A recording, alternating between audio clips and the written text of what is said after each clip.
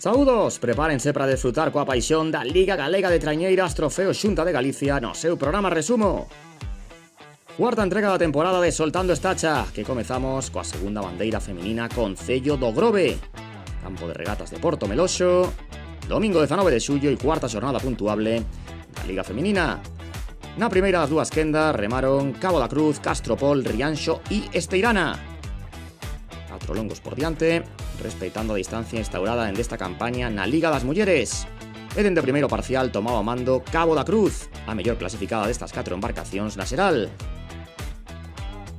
Esta era a única cita a fin de semana na Liga Feminina e no coor da regata Cabo avantaxaba en 5 segundos a Rianxo. Duelo entre equipos do Barbanza e na loita pola terceira praza igualdade total entre Esteirana e Castropol. Esforzo das remeiras na Ría de Arousa na proba organizada por Amegrove. Non cedeu Cabo na segunda parte da regata e impúxose por 18 segundos a Rianxo. Entrada da Virxe da Guadalupe segunda e o man a man entre Castropol e Esteirana resolveuse a prol das asturianas. Os tempos de Cabo referencia a bater para as protagonistas da quenda de honra Salgado Perillo, Chapela Uofco, Tirán Pereira e as anfitrioas de Amegrove.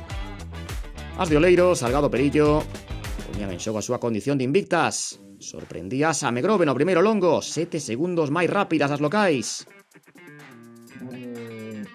Segunda Ceaboga e a vantaxe de Amegrove quedaba reducida ao mínimo, viraba 1 segundo por diante de Perillo. La posición para Tirán Pereira e cuartas as defensoras da coroa na Liga Feminina Chapela Uofco. O de Salgado Perillo xa deixou de ser unha sorpresa, son o equipo máis forte dende o inicio da Liga e volveron a demostrar en Porto Meloxo. E a gran actuación das locais venceron as de Oleiros. Cuarto triunfo da temporada para Salgado Perillo. Amegrove segunda, asinaba o seu mellor resultado do curso. Terceira Tirán Pereira e cuarta praza para Chapela Uofco. Vamos coas valoracións da xornada. Foi unha buena regata, tuvemos aí luchando aí con Esteirana e, bueno, al final logramos ganar. Cada semana entrenamos un pouco máis e, bueno, parece que vamos progresando un pouquín. Bueno, cal é un pouco o objetivo desta tempada para Castropol?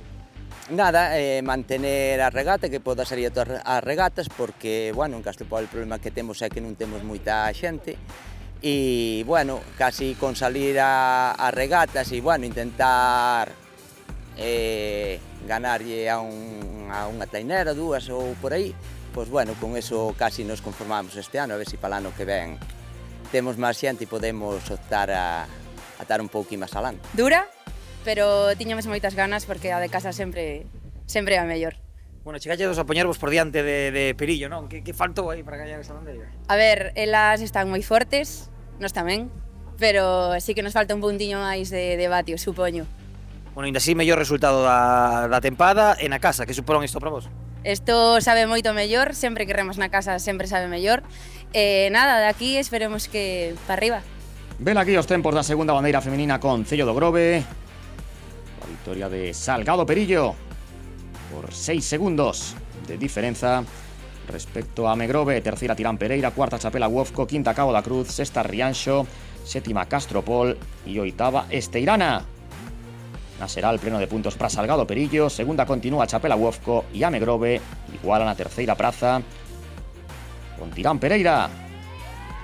Dende o barco da organización asistimos á imposición da camisola amarela a Salgado Perillo.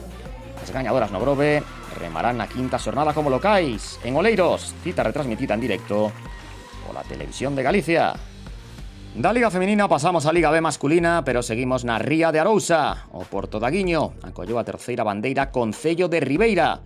Tamén se disputou na mañá do 19 de xullo e exerceu de cuarta cita puntuable para a categoría máis aberta e imprevisible da Liga Galega de Trañeiras. En marcha a primeira serie, coa filial de Bueu Ximei, a de Chapela Uofco e a embarcación local de Ribeira. Regata 6 longos e viraban a par na segunda Ceaboga, Bueu Ximei B e Ribeira. Tras a Chapela Uofco, paradóxicamente, a mellor clasificada das 3 na Liga B. A partir do terceiro longo, Ribeira fixo valer o factor campo. abriu oco e na cuarta virada fíxense como se destacara respecto a Bueu-Ximei, diferenza de 13 segundos. Que non conseguía reaccionar era Chapela Wofco. Sobre as augas de Aguiño, Ribeira estaba dando unha boa alegría á súa afección. Máis de medio minuto meteulle nas bollas de meta a Bueu-Ximei B e a outra filial, a de Chapela Wofco, concluiu terceira. As 4 primeiras clasificadas na xeral da Liga B soltaron estacha na segunda quenda, coa líder Rianxo polo carreiro número 1, Cabo da Cruz B polo 2, Salgado Perillo polo 3 e Puebla polo 4. A Pobra do Caramiñal distanciáronse de Rianxo no segundo parcial.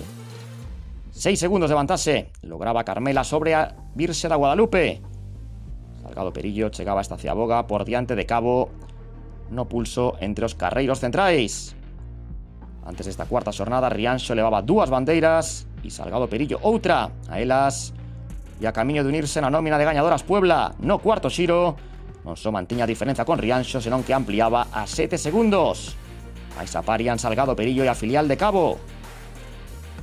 Na Liga B poden mudar moitas cousas dunha regata a outra, e así o puxo de manifesto Puebla. Despois dunha mala fin de semana, Carmela resurdiu en Aguiño e apuntouse a bandeira Concello de Ribeira diante de Rianxo, que apuntalou o seu liderado, porque a segunda na xeral Salgado Perillo só puido ser quinta, bateu na Cabo e o tempo dos de Oleiros foi superior ao de Ribeira. Precisamente cos locais iniciamos as entrevistas pos-regata.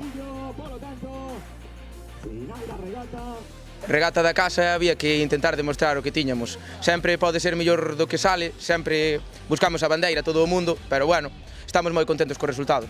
Primeiro longo, aí por detrás de Bueu-Ximei, pero pois collestes o mando e acabaste fortes. Sí, nós salimos a regata a facer o noso, intentando confiar, a facer a nosa remada e que salir o que tuvera que salir. E pois agardaba de sorprender algunha da quenda de honra? Home, xa a nosa idea, o noso principal objetivo na casa sempre vai ser a bandeira. Íbamos ca idea de intentar ganar os máximos posibles. Fixemos unha moi boa primeira xornada na casa, quedámonos aí un pouco descolgados pola primeira tanda e non ir cos rivais. Despois tuvemos un mal fin de semana pasada en Bueu en Chapela, pero, bueno, fixemos os deberes, esta semana traballamos moito e intentamos remedialo como sexa e así foi. E aquí, dende que ollestes unha vantaxe de 6 segundos respecto a Rianxo, xa subestes administrala dende o segundo longo. Sí, foi aguantar, sin descolgarse, sin soltar, e, bueno, fomos, e fomos capaces de aguantarlle. Rianxo tampouco se foi ningún largo, foi morreñida, pero bueno, finalmente pois pasou a proba de Carmela por diante. Remabades cerca de casa, iso tamén este campo controládelo, non?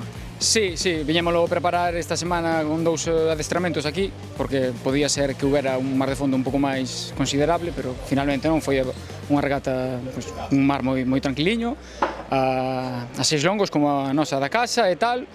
Preparamos moito tamén as maniobras, arrancadas, viradas e tal. E, bueno, as contas saliron e a seguir. Clasificación da terceira bandeira Concello de Ribeira. Gañou Puebla, fixo con 6 segundos de diferenza sobre Rianxo, terceira Cabo da Cruz B, cuarta Ribeira, quinta Salgado Perillo, sexta Bueu-Ximei B, séptima a filial de Chapela Wofco. Na xeral, Rianxo amplía a súa vantaxe como líder, agora ten 5 puntos de colchón sobre Salgado Perillo. Esta cuarta xornada non se rexistrou ningún cambio de posicións. A camisola amarela recolleu na Rianxo e a bandeira Concello de Ribeira ondeou na Puebla. O seu primeiro triunfo esta temporada, que continuará na Liga B en Oleiros. Moitas grazas pola súa atención e ata a próxima semana.